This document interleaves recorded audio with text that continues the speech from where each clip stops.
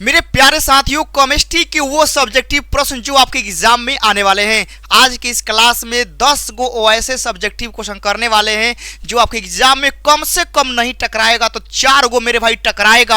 आप लोग इसको अच्छे से कर लीजिएगा और केमिस्ट्री से डरना नहीं है। जब तक आपका भाई यहाँ पर खड़ा है पढ़ा रहा है, केमिस्ट्री में आप लोगों को 90+ स्कोर दिलवा के रहेंगे। और आप ही लोग के लिए एक लाइन है कि न पूछो कि मेरी मंजिल कहाँ है, न पूछो कि मेरी मंजिल कहाँ है, अभी तो सफर का इरादा किया है। न हारूंगा हौसला इस बार, न हारूंगा हौसला इस बार, क्योंकि ये वादा मैं खुद से किया हूँ।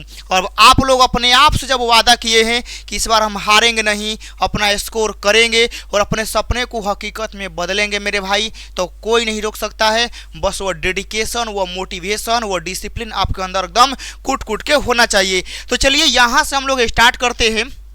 पहला सवाल यहाँ से तो कहेगा सर जी यहाँ से तो 11 से स्टार्ट है, तो मेरे भाई 1 से लेकर 10 तक करा चुके हैं, ठीक है। अगला सवाल आता है 11 नंबर कि ZR और HF समान गुण प्रदर्शित करते हैं, ऐसा क्यों, ठीक है ना। ऐसा क्यों, देखिएगा उत्तर में है कि ZR और HF के गुण समान है क्योंकि ये दोनों, ठीक है ना, ये दोनों D ब्लॉक के संबंधित हैं। हम मान लीजिए कोनो एक कैटेगरी में है तो उसका गुण समान नहीं होगा। जैसे जो बच्चा मेरे से पढ़ता होगा, ठीक है ना, तो उसके अंदर मोटिवेशन, काम करने का जुनून, ठीक है ना, ये सब उसके अंदर पक्का होता है कि हम अपने स्ट्रगल को दिखाते हैं, समझाते हैं और आप लोग भी बोलते हैं कि अपने जीवन में स्ट्रगल करिए। तो वही बोला गया है कि ZR और HF जो है इनके गुण समान है क्योंकि दोनों ये D ब्लॉक से संबंधित हैं, दोनों आवर्त सारणी के एक ही समूह से संबंधित हैं, दोनों में इलेक्ट्रॉन की संख्या समान है तथा लेंथेनाइड संकुचन के कारण इनके आकार लगभग बराबर होते हैं। अब बताइए, D ब्लॉक में आते हैं,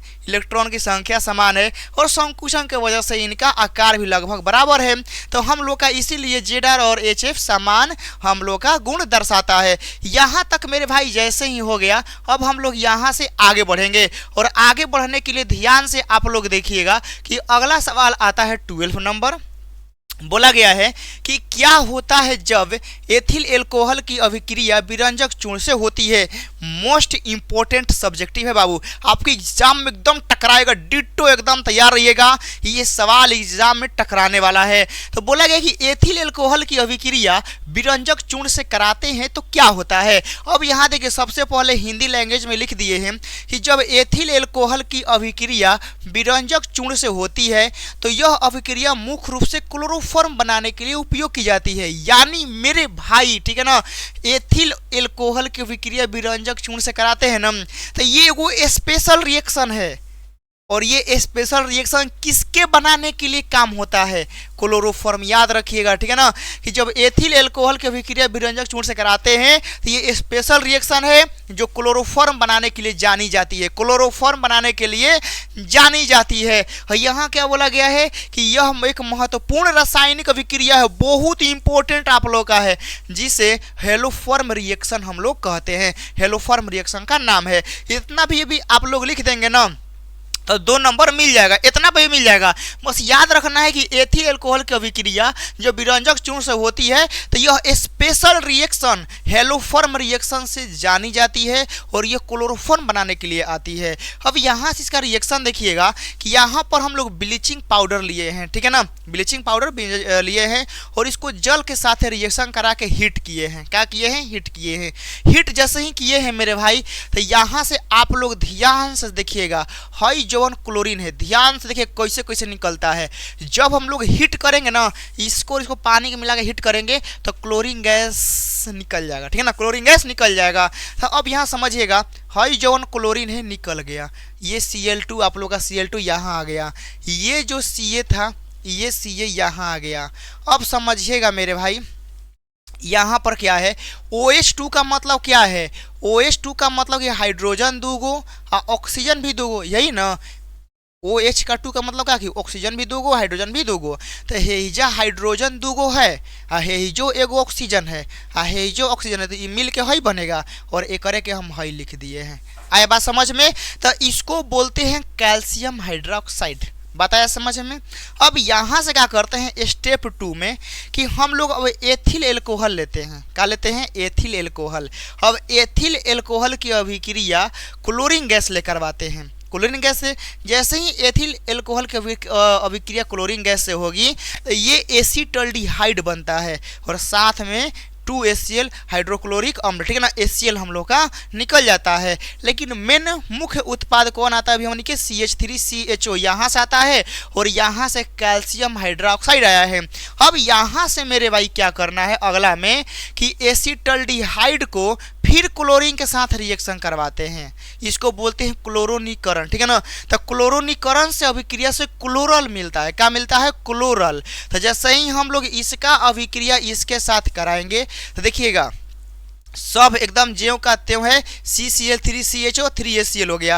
अब ये जो क्लोरल है ना बाबू, ये जो क्लोरल आया है इसको हम लोग यहाँ पर लिख दिए हैं और ये जो कैल्शियम ऑक्साइड शुरुआत में आया था, यहाँ देखिए ये जो कैल्शियम ऑक्साइड यहाँ आया था ना, इसको हम लोग यहाँ पे लिख के रिएक्शन कराए हैं तो ये मिला हमने के क्लोरोफॉर्म। और ये मुख्य उत्पाद जो होता है क्लोरोफॉर्म बनाने के लिए ही आता, याद रखिएगा हेलोफॉर्म अभिक्रिया, ठीक है ना, क्लोरोफॉर्म बनाने के लिए ही जाता है। और क्लोरोफॉर्म का उपयोग निश्चेतक के रूप में होता है, यह बाबू आपको पता होना चाहिए।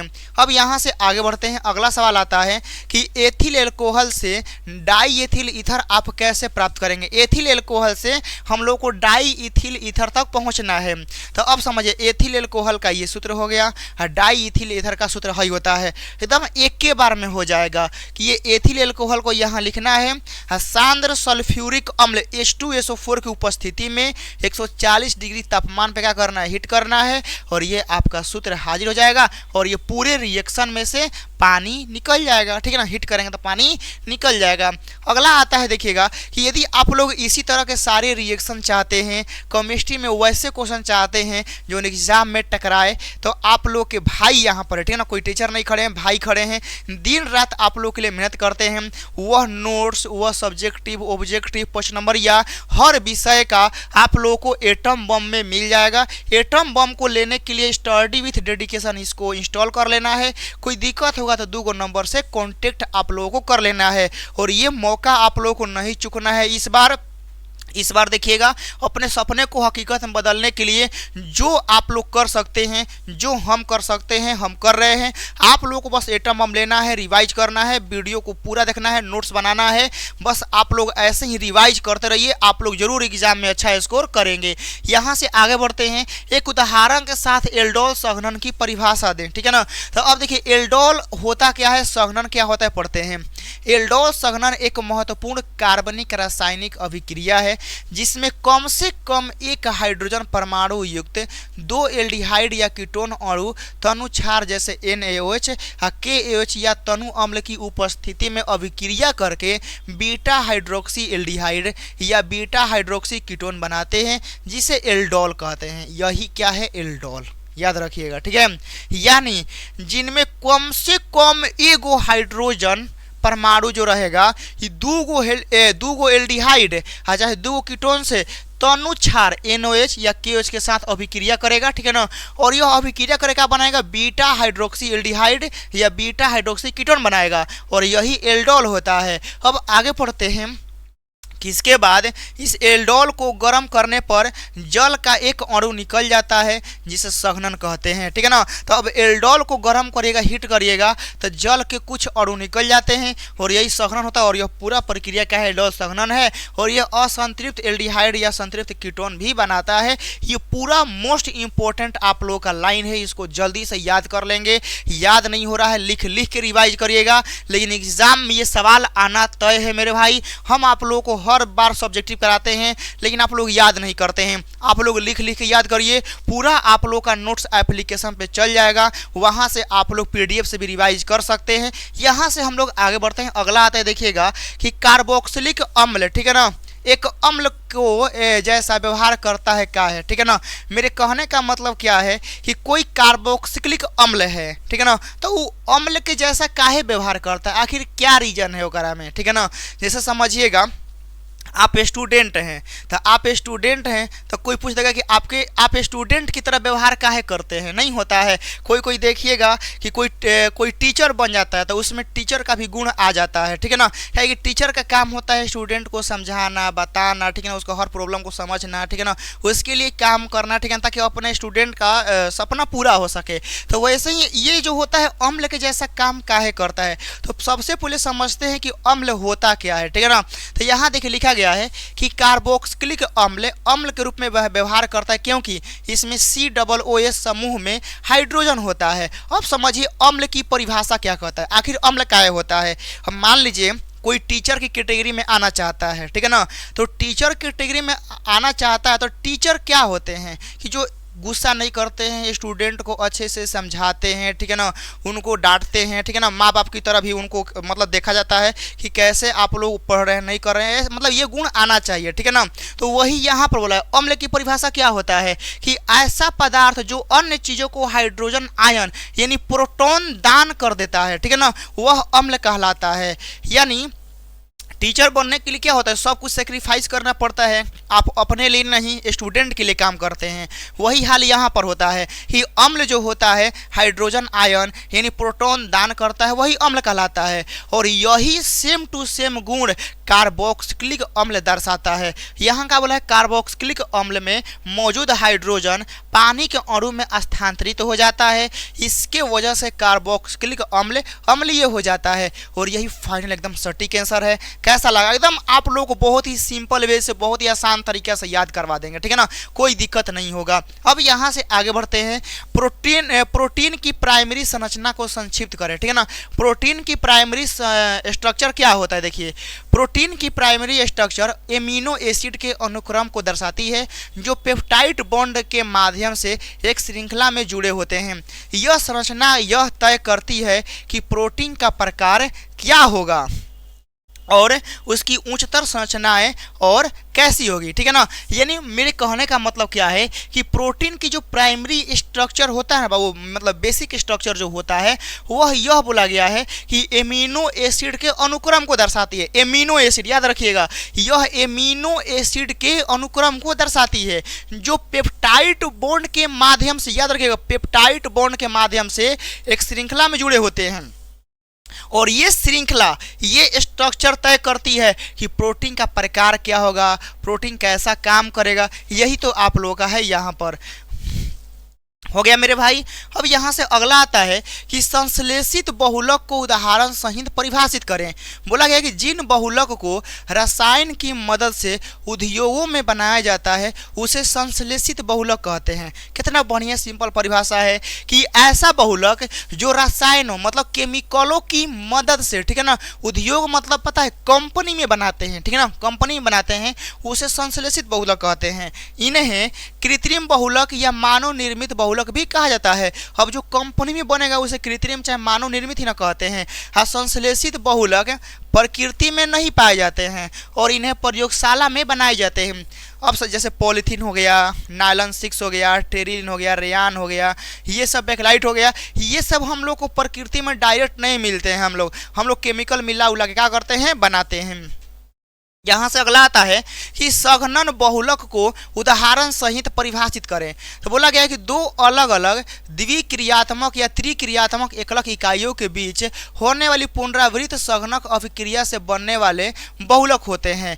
यानी संघनक बहुलक में आप लोग समझिए कि इसमें द्विक्रियात्मक रहेगा चाहे त्रिक्रियात्मक, और एकलक मतलब छोटे छोटे मोनोमर होते हैं, ठीक है ना, उनके बीच जब रिएक्शन होगा, चाहे 2 गो रहे चाहे 3 गो रहे, उनके बीच जब रिएक्शन होगा तो वह रिएक्शन संघनन के माध्यम से जो बहुलक बना देगा वही आप लोग का क्या होता है, संघनक बहुलक होता है।